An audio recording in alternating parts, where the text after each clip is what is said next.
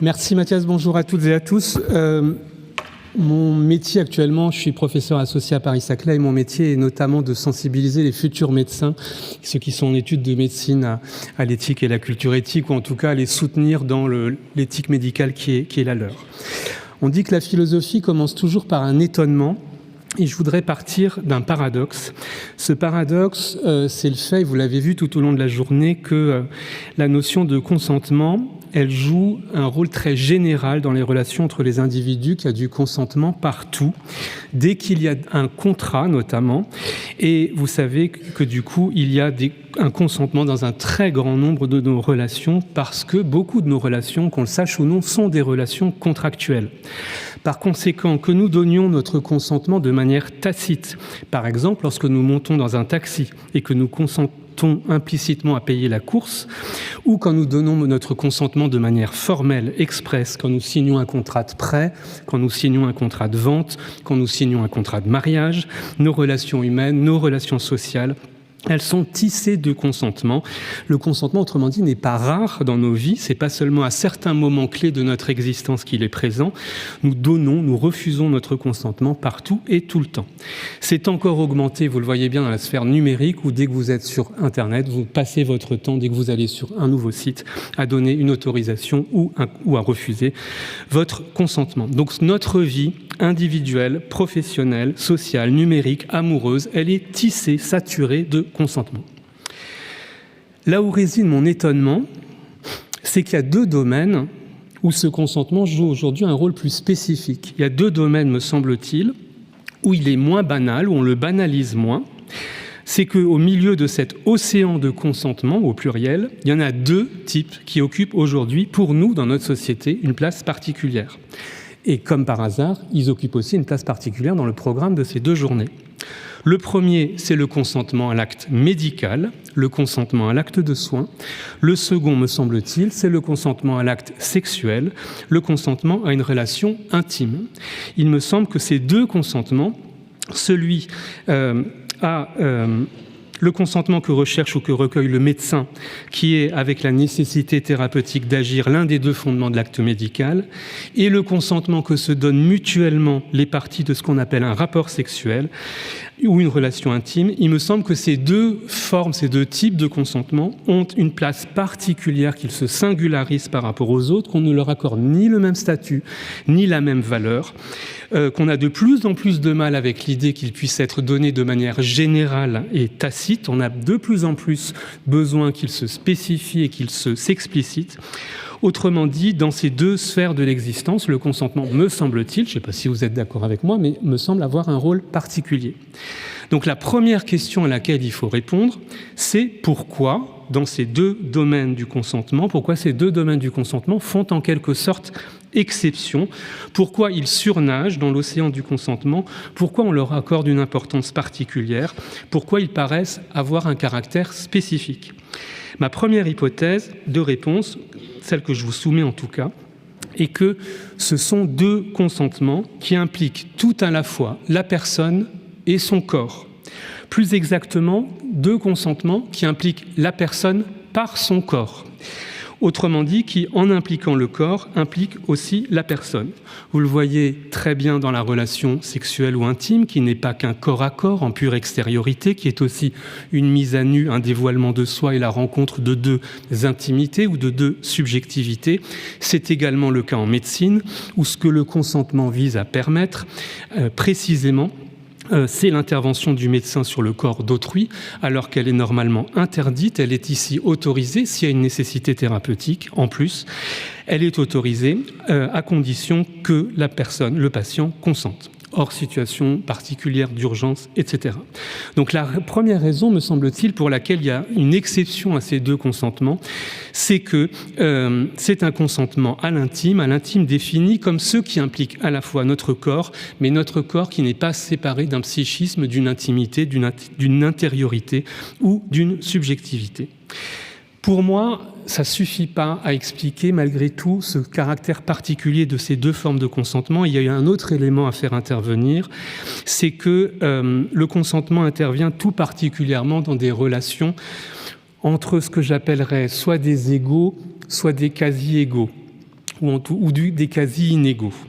J'ai l'impression, par exemple, si vous prenez des situations où il y a manifestement une relation d'inégalité, on ne considère pas que le consentement rende la chose licite. Pensez à la loi du 21 avril 2021 visant à protéger les mineurs des crimes et délits sexuels de l'inceste.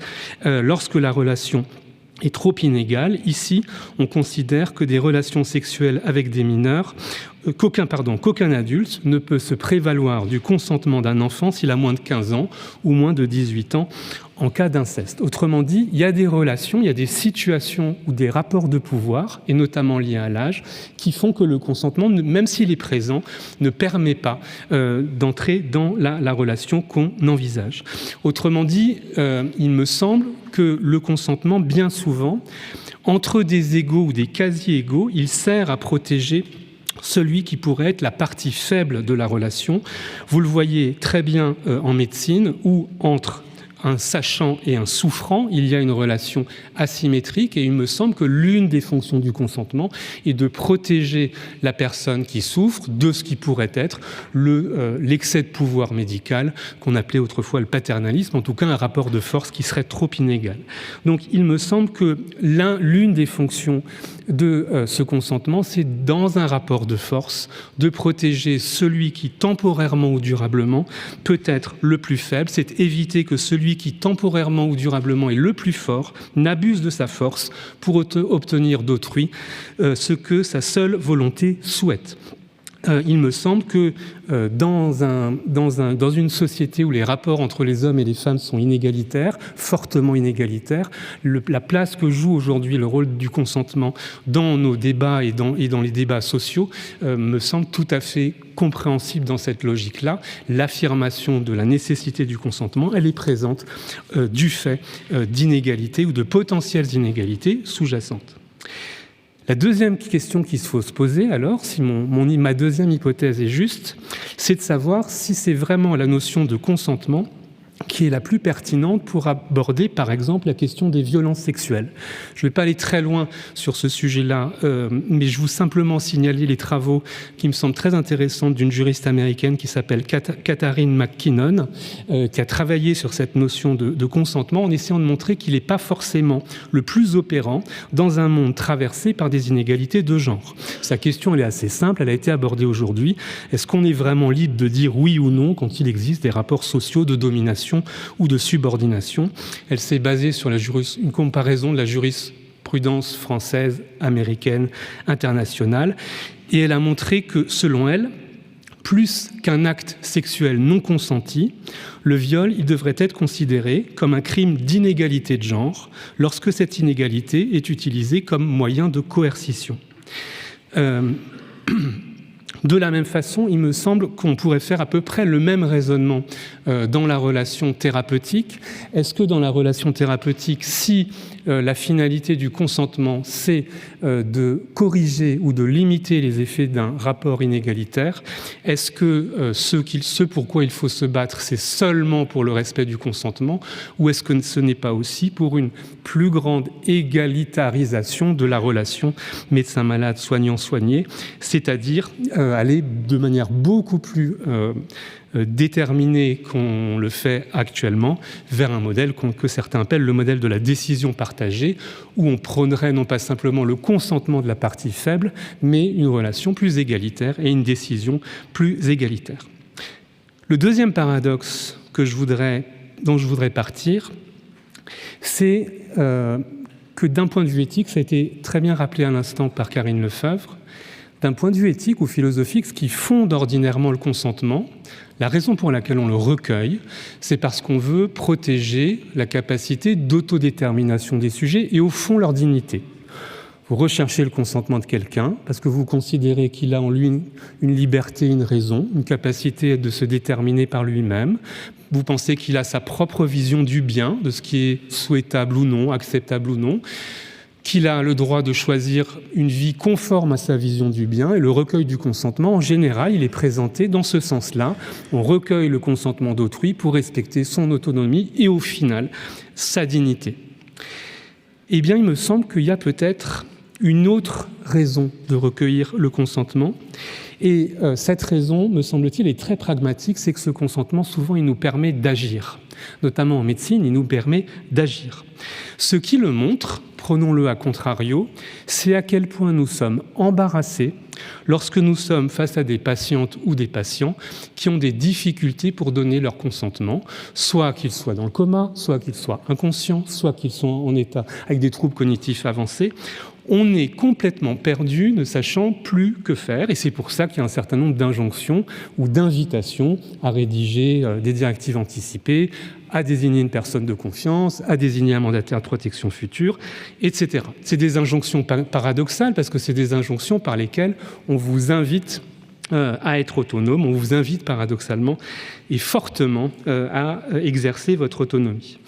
Autrement dit, la question, me semble-t-il, qu'il faut poser, c'est de savoir dans l'intérêt de qui est-ce que quand on rédige des directives anticipées ou est-ce quand on désigne une personne de confiance, on le fait dans l'intérêt de qui? Est-ce qu'on le fait pour soi, parce qu'on veut tout maîtriser de sa vie, parce qu'on veut que même quand on ne pourra plus parler pour soi, les choses soient faites conformément à ce qu'on a voulu? Ou est-ce qu'on le fait au moins aussi en partie pour les autres, par une forme de politesse pour autrui, pour que nos proches, notre famille, nos conjoints, nos enfants, nos soignants, nos médecins, ils ne soient pas embarrassés de devoir prendre des décisions pour nous sur lesquelles ils n'ont aucune indication de ce que nous aurions souhaité pour nous-mêmes dans cette situation.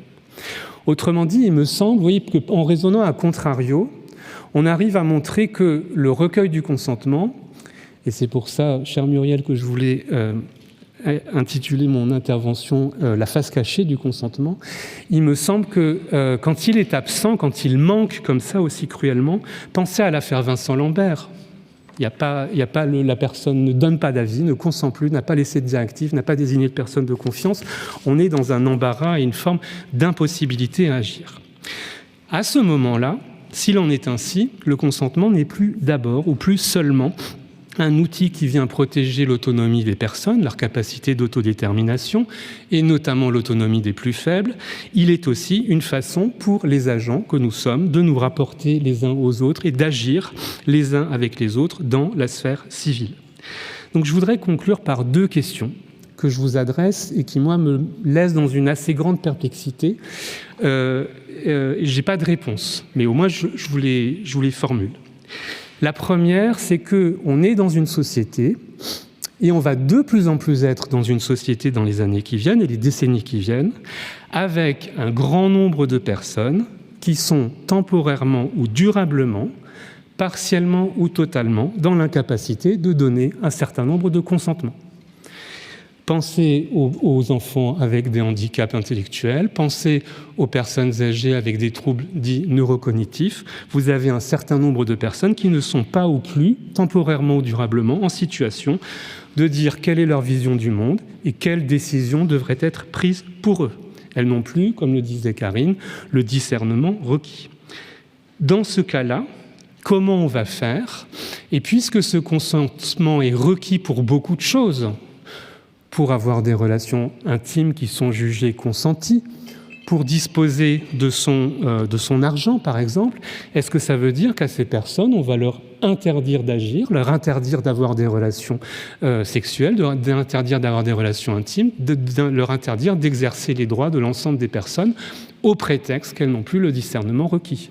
C'est plus des situations exceptionnelles. Donc, que fait-on de toutes ces situations où le consentement est difficile? Ma deuxième idée, elle frotte un petit peu plus, elle m'embarrasse encore un petit peu plus, mais je vous la formule quand même, et je voudrais conclure là-dessus, c'est le fait que j'ai essayé de montrer qu'il y a un fort rapport de la notion de consentement à des situations de pouvoir, de dépendance à autrui, d'inégalité, de genre, d'âge, de statut social. Autrement dit, c'est la liberté du consentement et pas son caractère éclairé qu'il s'agit de garantir. Or, il me semble, mais peut-être voyez-vous les choses différemment, qu'on est dans une société dont on ne peut pas dire vraiment qu'elle soit de plus en plus égalitaire, dont on ne peut pas dire vraiment que les rapports de force s'atténuent, dont on ne peut pas dire vraiment qu'elle est de moins en moins violente. Autrement dit, dans une société d'égaux, le consentement, c'est une belle chose parce que c'est un accord de volonté entre des égaux. Dans une société avec des inégalités croissantes, avec des rapports de force et de domination de toutes sortes, sociales, économiques, culturelles, peu importe, financières, qu'est-ce que devient le consentement et quelle valeur il a réellement quand il est demandé à des personnes qui sont dans des situations de grande inégalité ou de grande dépendance? Il me semble que là, on a un ferment de violence et je ne suis pas sûr que le consentement soit un outil suffisant pour rétablir ces inégalités, ces injustices. Et donc, autant c'est une notion absolument centrale pour nous aujourd'hui, autant il me semble qu'avec ces deux évolutions, d'une part de personnes en difficulté pour donner un consentement au sens où on l'entend ordinairement, et d'autre part pour une société très inégalitaire et je trouve parfois très violente, il me semble que le consentement nous laisse parfois un peu en danger. Merci.